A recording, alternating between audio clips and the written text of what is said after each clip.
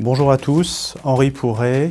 Je viens vous présenter les propositions de modification au Code des courses qui seront soumises lors de la réunion du prochain comité de France Gallo.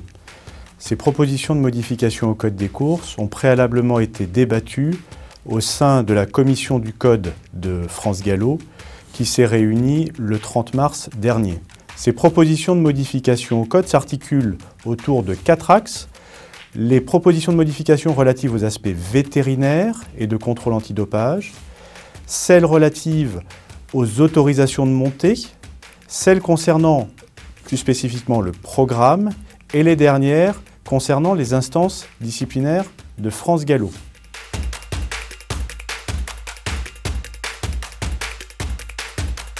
La première partie concerne les propositions de modification relatives aux aspects vétérinaires et de contrôle antidopage. La première d'entre elles, qui a été assez longuement débattue au sein de la commission du Code, concerne les infiltrations intra-articulaires.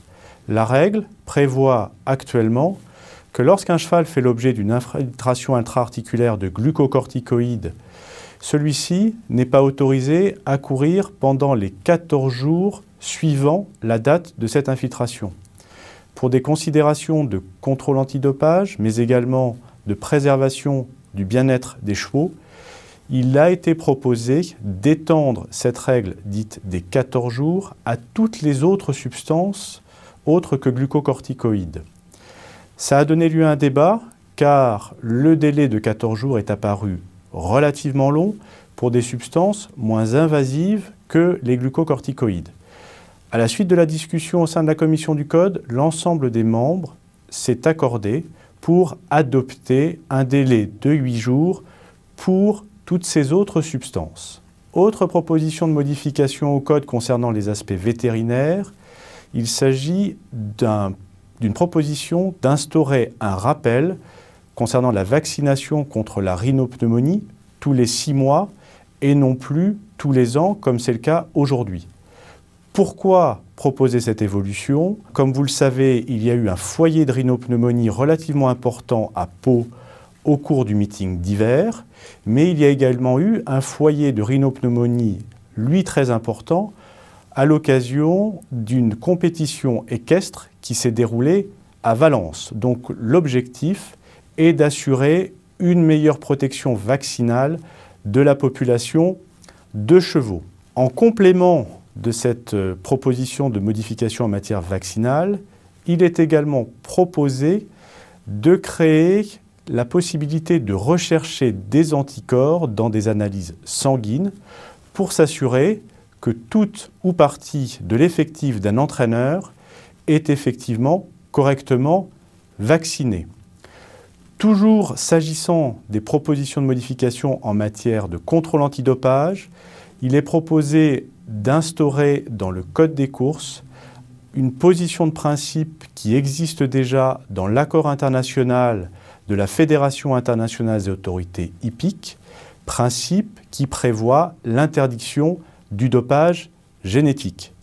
Dernière proposition de modification sur les aspects vétérinaires, il est proposé d'augmenter les sanctions qui peuvent être prononcées concernant la non-actualisation du document d'identification lorsqu'un cheval a été castré.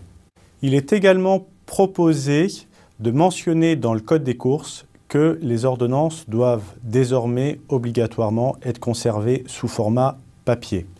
Nous avions adopté, il y a quelques années, une modification au Code des courses visant à dématérialiser les ordonnances, mais nous nous sommes aperçus que dans le cadre de contrôles qui sont réalisés par les vétérinaires missionnés par France Gallo, il était difficile de retracer la chronologie des traitements qui avaient été administrés aux chevaux.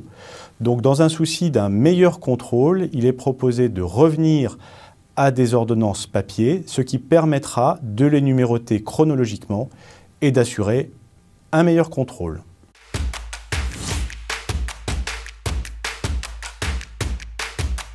Deuxième catégorie de propositions de modification au Code des courses, celle-ci concerne les autorisations de montée. S'agissant des apprentis, il est proposé de mentionner explicitement le fait que les apprentis doivent suivre un stage avec succès avant d'être autorisés à monter en course.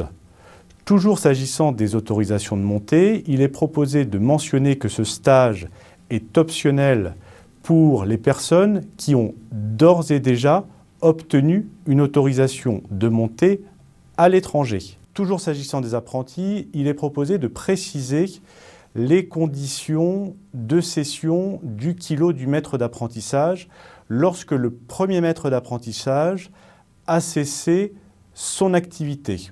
Il est également proposé d'étendre le nombre maximum de victoires permettant à un jockey en obstacle de bénéficier d'une remise de poids afin de l'harmoniser avec ce qui existe actuellement au niveau du plat. Aujourd'hui, en obstacle, le nombre maximum de victoires permettant le bénéfice d'une remise de poids est de 70. Dans un souci d'harmonisation avec une évolution qui a été récemment apportée au niveau du plat, il est proposé de porter ce nombre maximum de victoires de 70 à 85. Il est également proposé, toujours s'agissant des autorisations de montée, d'avoir un seul et même article s'agissant des changements de monte. Aujourd'hui, il existe 2 articles, un pour les courses premium, un second pour les courses PMH. Il est donc proposé d'avoir un seul et même article tout en assouplissant les conditions de changement de monte concernant les courses premium.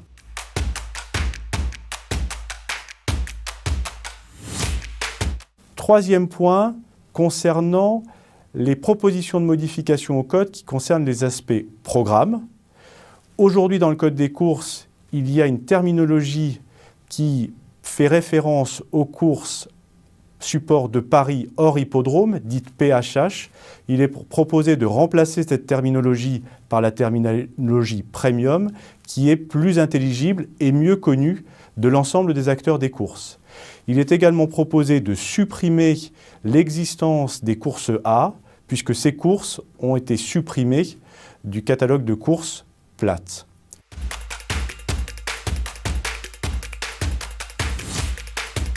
S'agissant des dernières propositions de modification au Code des courses, elles concernent les instances disciplinaires de France Gallo. Il est proposé d'étendre la possibilité de prendre des mesures conservatoires à toute personne bénéficiant d'une autorisation délivrée par les commissaires de France Gallo, et plus seulement de manière limitative aux propriétaires, entraîneurs et jockeys. Cela vise plus spécifiquement les agents de jockey. Et il est également proposé de modifier la rédaction des conditions d'appel, puisque ces conditions apparaissent de manière redondante dans 2 articles distincts.